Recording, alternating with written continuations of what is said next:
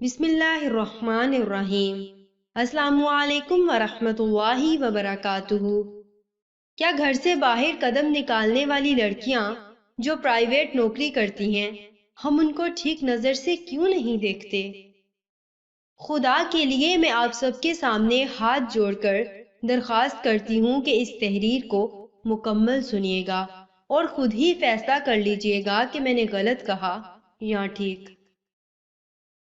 قبرستان میں ایک لڑکی جو 22-24 سال کی تھی، ایک قبر کو کلاوے میں لیے ہوئے تھی۔ اس کے الفاظوں پہ اس کی ہچکیاں حاوی تھیں۔ بابا، جب سے آپ گئے ہو نا، کسی نے میرے سر پہ ہاتھ رکھ کر یہ نہیں کہا، بیٹا جو کچھ چاہیے تو شام کو لیتے آؤں گا۔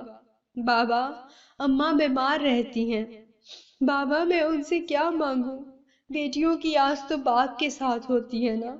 بابا، اب میں گھر پر بھی خود کو محفوظ محسوس نہیں کرتی۔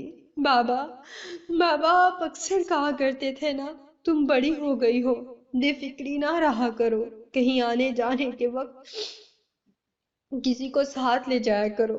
دیکھے نا بابا، اب میں اپنے آنگن میں بھی اکیلی نہیں جاتی۔ بابا، جب غیر مرد مجھ کو نظروں سے زخمی کرتے ہیں نا، تو مجھے آپ کا پردہ بہت یاد آتا ہے۔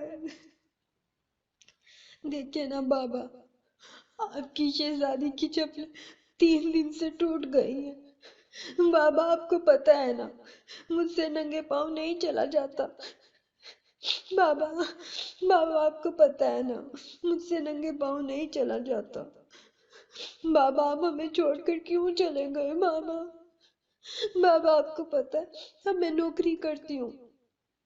میرا مینیجر مجھے بار بار دفتر بلاتا ہے اور کاغذات پینسل کے بہانے میرے ہاتھوں کو چھوتا ہے۔ اگر میں کچھ کہتی ہوں تو اس کے بعد وہ مجھے اور بھی کام کرواتا ہے جو کل کا ہوتا ہے۔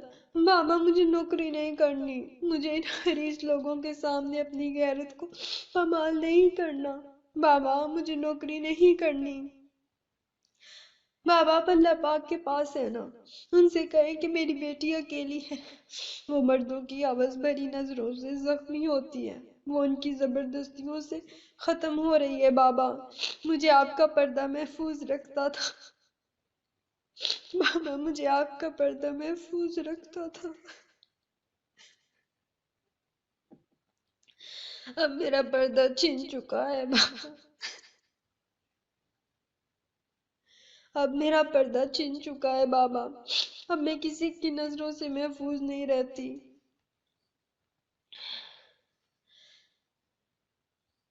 ایک بیٹی اپنے بابا سے معاشرے کی شکایت کر رہی تھی، بابا یہ دنیا اچھی نہیں ہے۔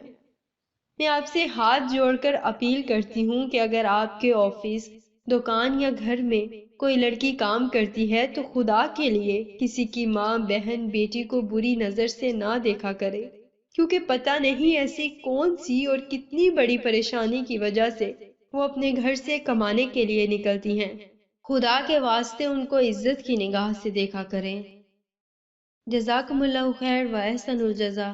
السلام علیکم ورحمۃ اللہ وبرکاتہ۔